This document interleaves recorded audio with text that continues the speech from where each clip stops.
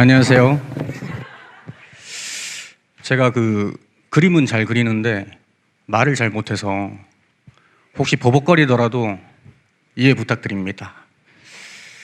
오늘 준비한 내용은 저희 학원에서 어떻게 수업을 하는가, 학원 커리큘럼이 도대체 어떻게 이루어져 있는가에 대해서 부모님들이 굉장히 궁금해 하시더라고요. 그래서 이제 저희 학원 수업에 대한 안내를 제가 좀 하도록 하겠습니다. 수업 내용은 크게 이렇게 3단계로 구별이 되어 있습니다. 처음에 공통 수업이라고 하죠. 소묘, 기초 채색, 기초 드로잉.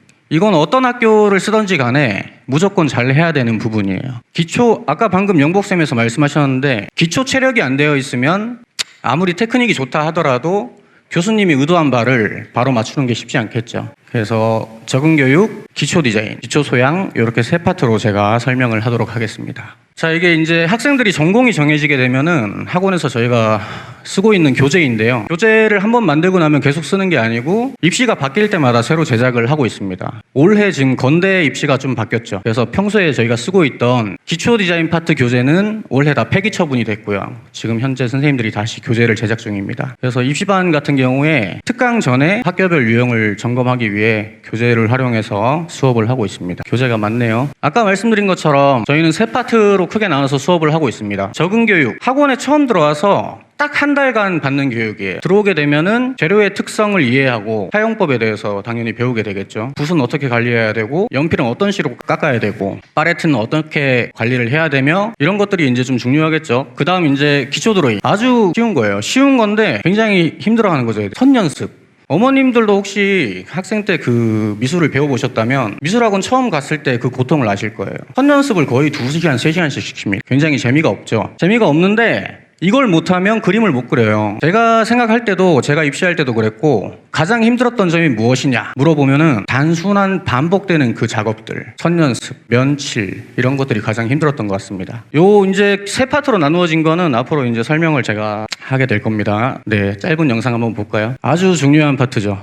투시도법. 이 실제 대학에서도 많이 배우고 있는 과정이에요. 이건 제가 산업 디자인을 전공했는데 건축, 자동차, 제품, 환경 모든 부분에서 다 다양하게 쓰이는 투시죠. 이걸 못하는 학생들이 생각보다 굉장히 많습니다. 네, 간단한 자기방을 그리기도 하고요. 네, 간단한 작업이지만 굉장히 반복을 요구하는 작업이죠. 네, 이 고통의 구간, 선연습. 네, 이런 기초적인 작업들이 한 달에서 2달간 진행이 되고 있습니다. 기초가 수반되어야 가능한 그림들이겠죠. 보통 고등학교 2학년 수준에서 나올 수 있는 그림들입니다. 고1들은 기초적인 걸 하고요. 고2들은 이런 식으로 이제 실제 개체 표현 연습을 주로 하고 있습니다. 1학년 때 주로 하는 기본 채색 연습들. 근데 고3들도 이런 거 잘 못하는 학생들이 많아요, 보면. 연습 많이 하셔야겠죠. 네, 현재 2학년 수업들입니다. 개체 표현 연습. 네, 이런 식으로 기초부터 지금 방금 보신 것처럼 사실적인 개체 표현까지 심화된 학습까지 보통 소요되는 시간이 6개월 정도라고 보시면 돼요. 처음 선연습부터 시작해서 실제 사물을 그릴 수 있는 능력을 키우는 데는 6개월이라는 시간이 필요한 거죠, 최소. 그리고 그 다음부터는 반복적인 학습에 의해서 퀄리티를 높여가는 작업을 하고 있습니다. 자, 이제 보시면 사진이 되게 여러 가지 사진이 있잖아요. 근데 이제 실제 시험장에 가면은 보통 사진을 요거 하나만 줘요. 요 사진 하나만 주고 학생들이 알아서 다양한 시점에 사물을 그릴 수 있어야 됩니다. 이런 사진들은 안 준다는 거죠. 이건 평소에 이제 투시나 드로잉 연습이 수반되어 있지 않으면 그려내기 굉장히 힘든 사물입니다. 시험장 가서 이걸 준다고 해서 이것만 그리고 나오면 당연히 떨어지겠죠. 기본적인 부분이 굉장히 중요합니다. 자, 이것은 입시 디자인에서 가장 중요한 부분이에요. 화면 구성. 과연 좋은 화면 구성이란 무엇일까에 대해서 이제 선생님들이 설명을 많이 하시는데 선생님들조차도 지금 보시는 바와 같이 유명한 명화, 건축, 광고, 심지어는 자연에서 영감을 얻어서 학생들한테 수업을 하고 있습니다. 이런 거 보시면 이제 비례에 대한 감각 이런 것들을 수업을 하게 되겠죠. 이런 게임 영상에서조차 이 주인공이 가장 잘 보이는 구성의 핵심을 이렇게 이제 표현을 하고 있습니다. 네, 방금 보신 것처럼 구성에 대한 이해가 어느 정도 잡힌 학생들은 간단한 소재를 대입하게 하고 있어요. 종이를 가지고 구성을 해보세요 라든가 리본끈을 가지고 구성을 해보세요. 간단한 도형을 가지고 구성을 해보세요. 이런 식으로 이제 수업이 진행되겠죠. 이것도 마찬가지로 1, 2학년 때 필수적으로 이제 받아야 될 수업입니다. 자, 이제 뭔가 구체화되고 있죠. 입시반 학생이 이제 했던 수업 중에 일부인데요. 본인이 구성을 할 수 있는 능력이 있고 개체의 시점을 자유롭게 돌려서 그릴 수 있는 능력이 있다라고 하면 이런 식으로 완성작을 진행하게 됩니다. 첫 번째 아이디어 스케치 과정을 통해서 두 번째 명암을 한번 설정을 해보고 세 번째 칼라 계획까지 하고 네 번째는 완성작 그림이 나오는 거죠.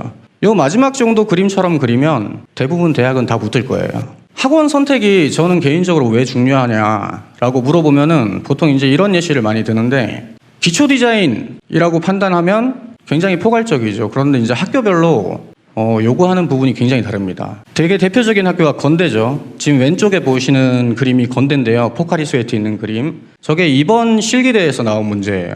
포카리 스웨트를 한번 잘 그려볼래? 이런 문제가 아니고요.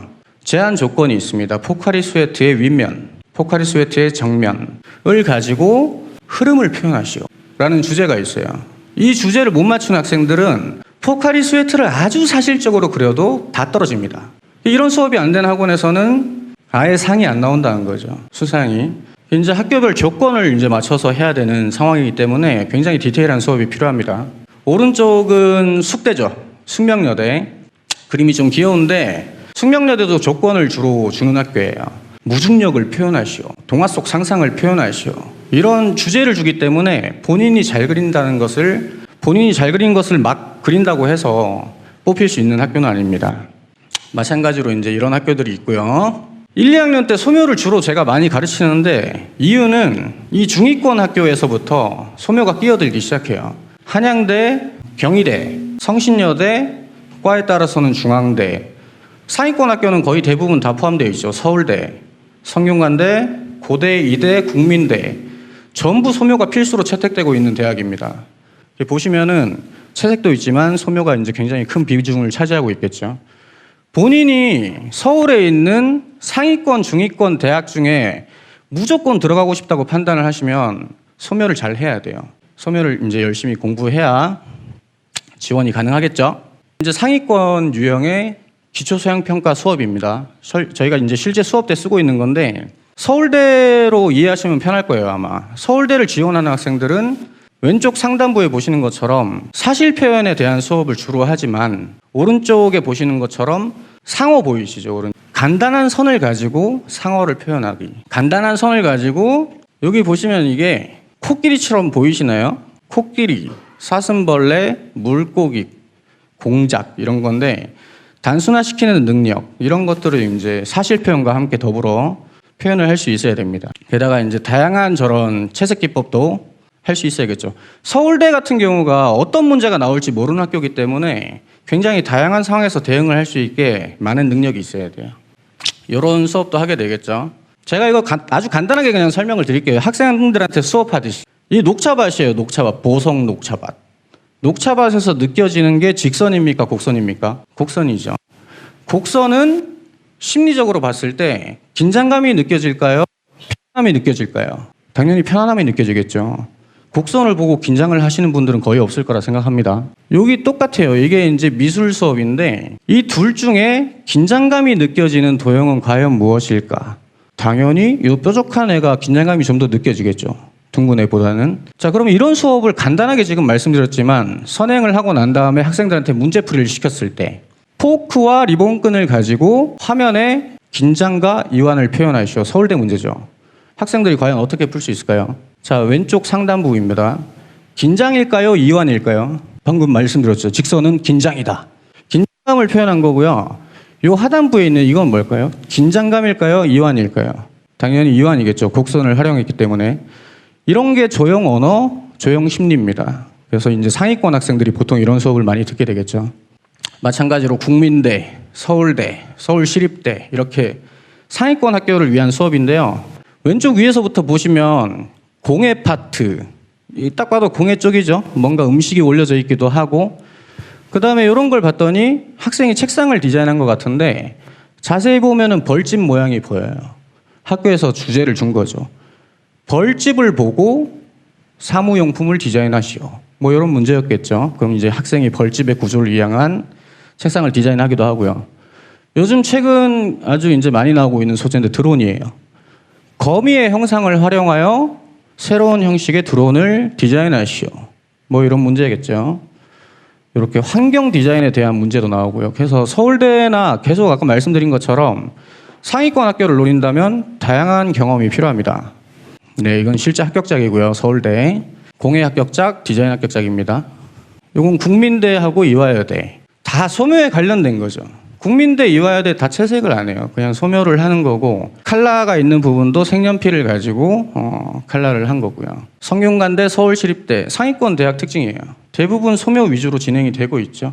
마찬가지입니다. 고려대, 서울과학기술대 학교별로 디테일하게 유형이 좀 다르지만 공통적인 사항은 소묘 드로잉 파트입니다. 그래서 학원에서는 이 수업을 굉장히 강화하고 있는 상황입니다. 이렇게 이제 지금 한 2년간 저희가 가르쳐야 될 내용을 제가 한 20분 동안 얘기를 한 것 같은데 디테일하게 말씀드리진 못했지만 어느 정도 감은 잡으셨을 거라고 생각을 합니다. 아주 중요한 게 뭐다? 상위권 학교를 가고 싶으면 뭘 잘해야 된다? 소묘 드로잉. 네, 학생들은 당연히 아는 내용이겠죠. 그래서 이렇게 이제 제가 수업에 대한 큰 부분은 설명을 드렸고요. 이제 학원에서 학생 관리를 어떻게 하는지에 대한 내용을 홍대 캠퍼스 박지은 쌤께서 한번 발표를 하겠습니다.